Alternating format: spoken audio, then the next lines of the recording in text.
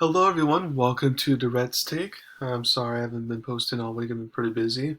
This will be the only podcast I post this week because with college football now it's bowl season, and for me I'm taking all the way up until towards the end of next week to make my playoff projections and my bowl projections. So I will be addressing that next week, and then I know there's been a bunch of coaching changes within college football that's been happening, but again I kind of want to address that after bowl season because there's still more openings to be filled. So what I'm going to do for this one is just obviously go over uh, my summary for each of the NFL games last week since I haven't done it, my predictions for this upcoming week. So let's get started.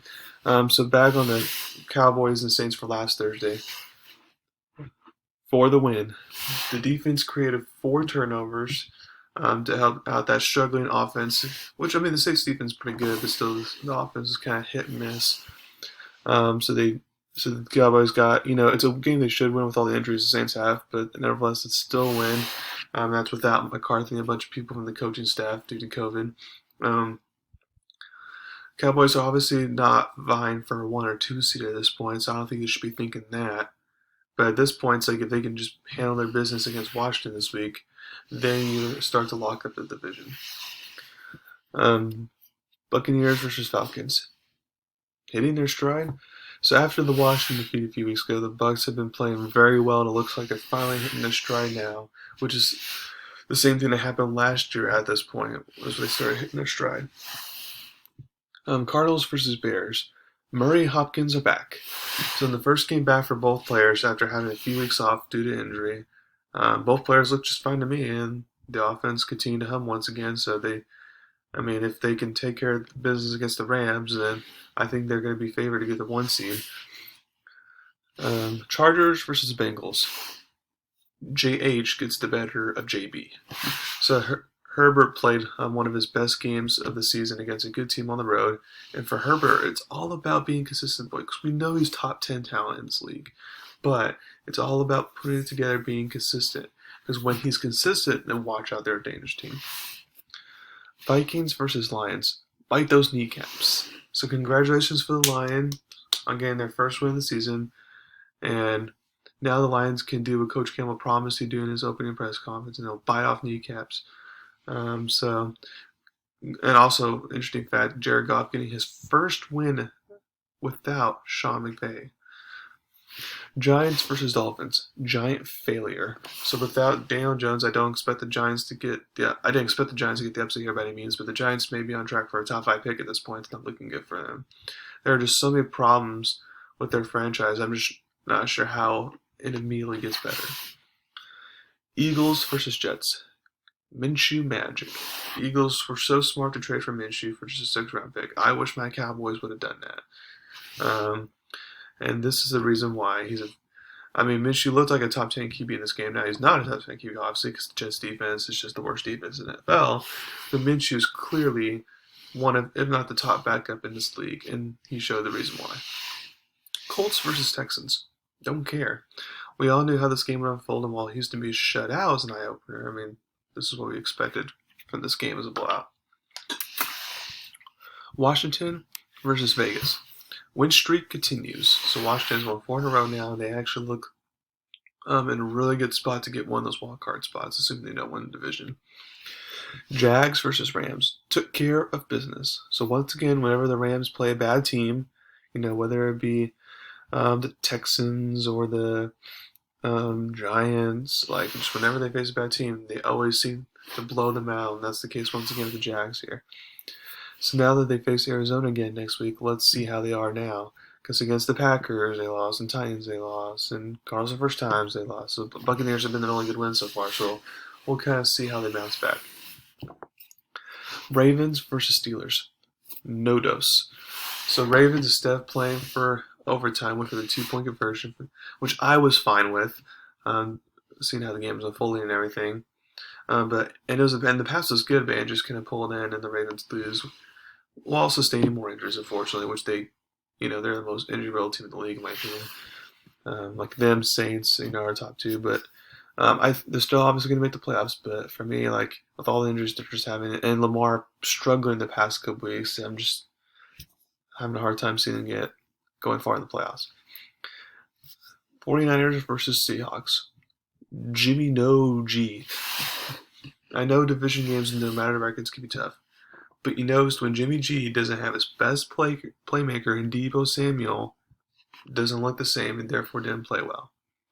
They need him back along with Fred Warner, their highest paid player on that defense, because without those two, the 49ers, looked very mediocre at best.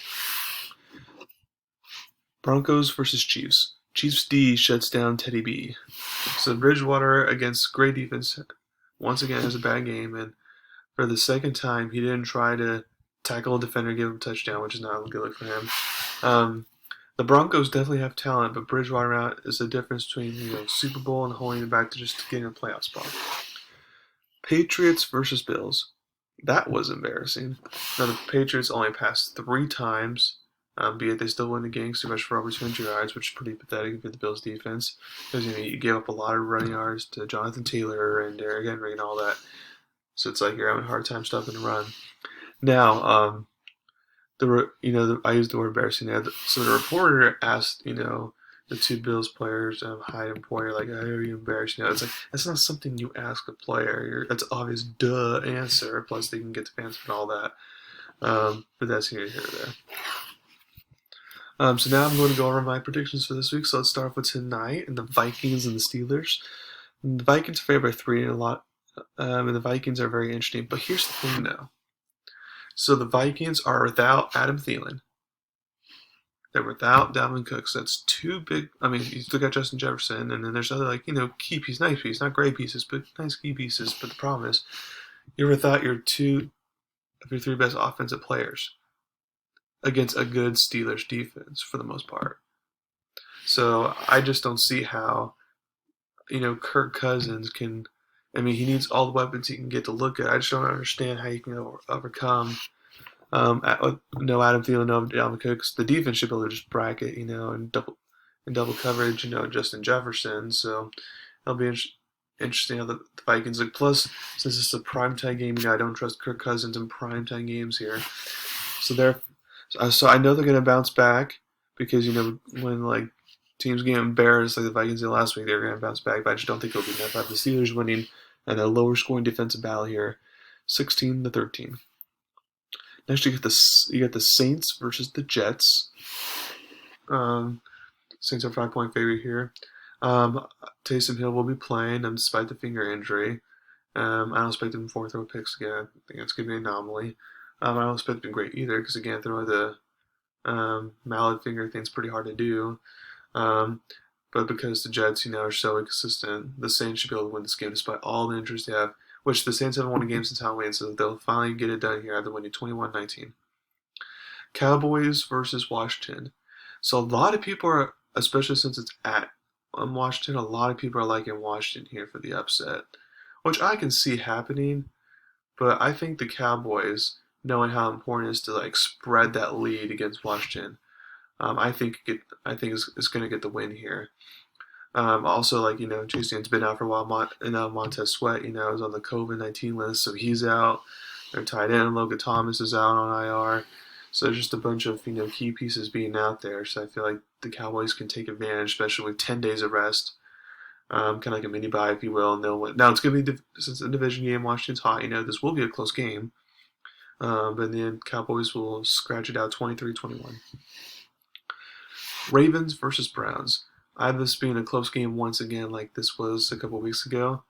I'm having a hard time figuring out who's going to win this game because again, the Ravens' defense got more depleted.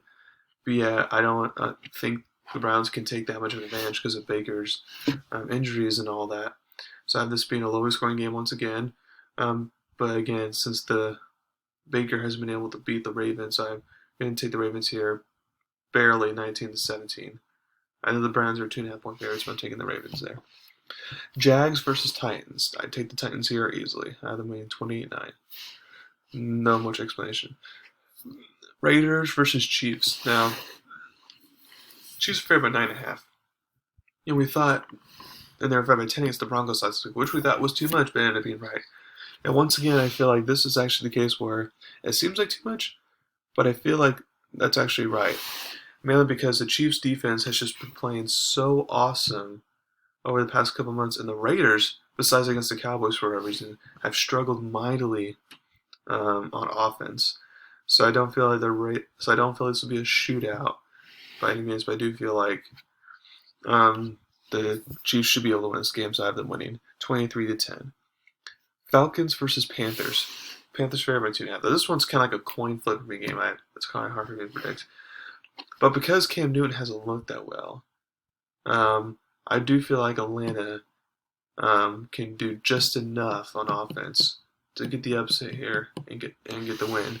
21-20.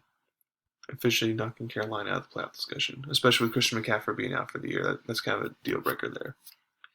Seahawks versus Texans. Nothing to discuss here. Seahawks win easily. They win 31-13. Lions versus Broncos. Broncos favored by 8 here.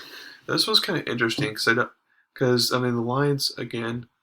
I feel like against this Broncos defense, the Lions I feel like are not going to put up a lot of points.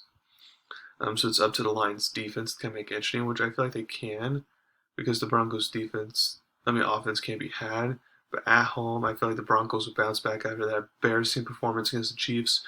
So I have the Broncos winning in a low-scoring game, but by double digits, so 17-7. Giants versus Chargers. Now for the Chargers, Keenan Allen's out with COVID. Mike Williams is out to the COVID. He might be out for the game. So they're without a bunch of playmakers. So if the Chargers are facing a better team, I would not have the winning. But since it's just the Giants and Daniel Jones still out, I'm going to take Chargers here to cover the 10-point spread here. I'm going to have them win 24-7. 49ers versus Bengals. So this is like the biggest coin flip for me game here. I'm not sure what way to go here. Because if you tell me that Fred Warner or Deebo Samuel coming for the 49ers, I'll go with the 49ers. But if not, then I'll go with Cincinnati at home, which I think that'll be the case. So I have Cincinnati winning by a field goal, 27-24. But again, I could be wrong here. Bills versus Bucks. The Buccaneers are favored by 3 here. I'm going to go ahead and take the Buccaneers. I think they'll actually win by double digits here, just because the Bills have shown they cannot stop the run, and Leonard Fournette has been doing very well over the past month or two of running the football. Plus, Tom Brady is very good at playing at home, so I have the Buccaneers winning this one by double digits, 27-16. Bears and Packers for Sunday football. Packers favored by 12.5. I feel like despite Justin Fields being back to start for the Bears, I feel like the Packers will cover that, and they will win this game once again like they always do. I have them winning 28-10. Then for Monday Night Football, you get the Rams versus Cardinals.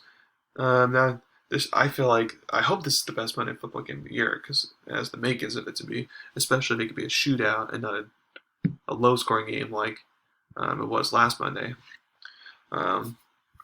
This was kind of hard for me to predict because I know the Rams, are desperate to show, yes, we can beat the good teams. Yes, we're looking for revenge. Hey, we're still trying to win division. Blah blah blah. So I feel like they will play hard and it'll be close. But in the end, I just feel like the Rams can't contain Arizona's offense. So I have Arizona winning in a shootout 35-27. So thank you very much for listening to my podcast today. Please subscribe to my channel, about me. Thank you very much. Have a wonderful day.